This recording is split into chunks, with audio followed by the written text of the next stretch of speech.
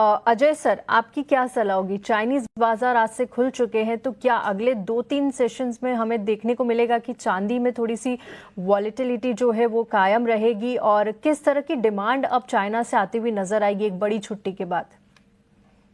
नमस्कार। बिल्कुल आज काफी इम्पोर्टेंट है और इनफैक्ट ये हफ्ता काफी इम्पोर्टेंट होने जा रहा है। सबसे पहले तो चाइना ओपन है, उसका एक संकेत हमने मॉर्निंग में ही देखा जब गोल्ड इंटरनेशनल में 52-50 का हाई लगा देता है और इमीडिएटली नीचे भी आ जाता है, नो डाउट।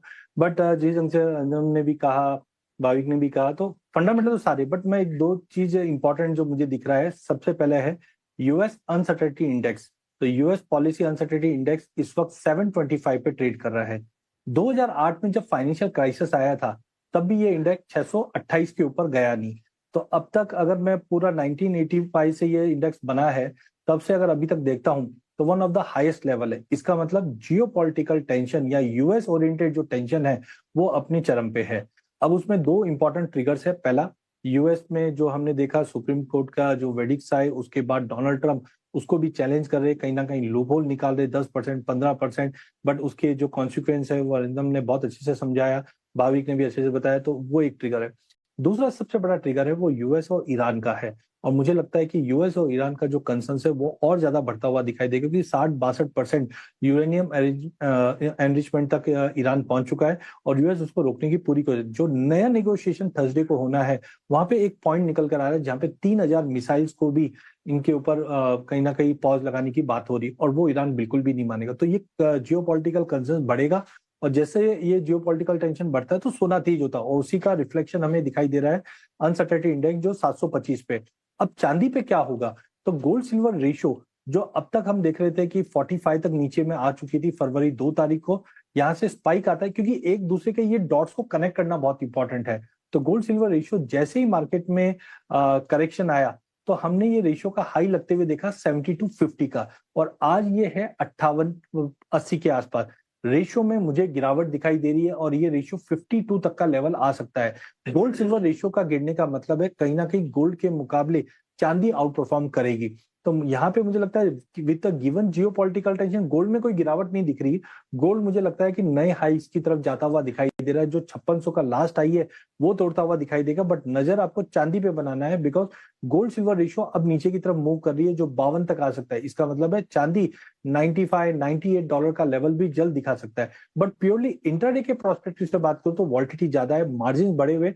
तो ऑप्शन में आप गोल्ड मिनी का फरवरी में 1,58,000 का कॉल लीजिए 2000 रुपए में 2800 के टारगेट के लिए।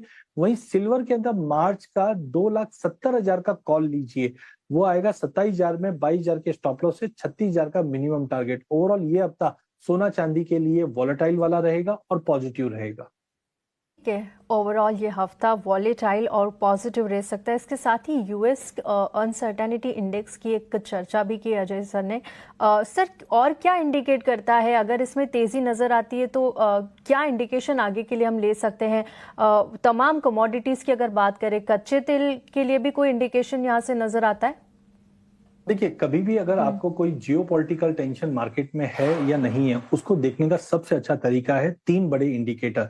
पहला है विक्स। तो इस वक्त ग्लोबल विक्स 21 के करीब ट्रेड कर रहा है। तो विक्स बढ़ रहा है मतलब अनसर्टेनिटी बढ़ रहा है, और अनसर्टेनिटी इंडेक्स भी हमने देखा जो लगभग 40 साल के हाई पे चल रहा है। दूसरा है गोल्ड। तो गोल्ड भी आप देखोगे तो मोटा मोटी 5180 या 5200 के करीब है, तो गोल्ड भी तेज है। तीसरा इंडिकेटर है कच्चा तेल।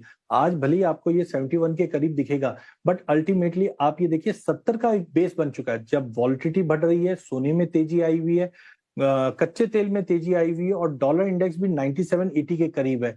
तो जब ये चारों कॉम्बिनेशन बन रहा है, इसका मतलब ग्लोबल मार्केट में कुछ बड़ा इवेंट होने वाला। लेकिन कच्चा तेल का बढ़ना, इसका मतलब है जो ये इवेंट हो रहा है वो मिडिल ईस्ट से आ रहा है, और मिडिल ईस्ट में हम जानते हैं इस वक्त ईरान सेंट्रिक पॉइंट में है। तो मुझे लगता है कि ब्रेंट में टेक्निकली एक अच्छा ब्रेकआउट है 70 डॉलर पे। ये मैंने पहले भी बताया था, 70 के ऊपर अगर वीकली क्लोज होना था वो हो चुका है। ऊपर में मुझे लगता है 80 से 84 डॉलर तक का स्पाइक। स्पाइक वर्ड इसलिए यूज कर रहा हूं, हम जानते हैं हमारे पास सप्लाई, यूएस की सप्लाई, ओपेक की सप्लाई, आईईए ईआईए ने भी कहा है कि ये साल भी हमारी जो सप्लाई है वो कुछ ज्यादा रहेगी as compare to demand.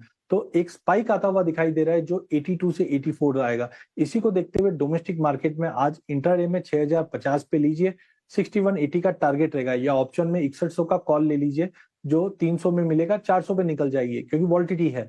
But overall मुझे लगता है कि मार्च 15 तारीख से पहले पहले अगर ये 5750 एमसीएक्स पे 5750 का लेवल ब्रीच नहीं करता है, आपको कच्चे तेल में एक स्पाइक आता हुआ दिखाई देगा जो बैर मिनिमम 6800 का रहना चाहिए, जिस ढंग से जो ग्लोबल इक्वेशन इस वक्त दिखा रहे हैं। काफ़ी सारी चीज़ें आपने बहुत ही आसान तरीके से एक्सप्लेन की है कि क्या इंडिकेटर्स यहाँ पर काम करते हैं और किन लेवल्स दिखाते हैं कि आगे जाकर बाजार किस तरह से कमोडिटी का रह सकता है। और क्रूड में फिलहाल मार्च का कॉन्ट्रैक्ट ही आप 6100 की कॉल लीजिए 300 रुपये पे, 400 में आप यहाँ से निकल सकते हैं। स्टॉप लॉस 240, टारगेट 400 रुपये तक के यहाँ पर आपको मिलेंगे। कच्चे तेल में ये रणनीति। इसके अलावा गोल्ड का जो फेब कॉन्ट्रैक्ट है वो 1,58,000 की कॉल आपको 2000 में लेनी है।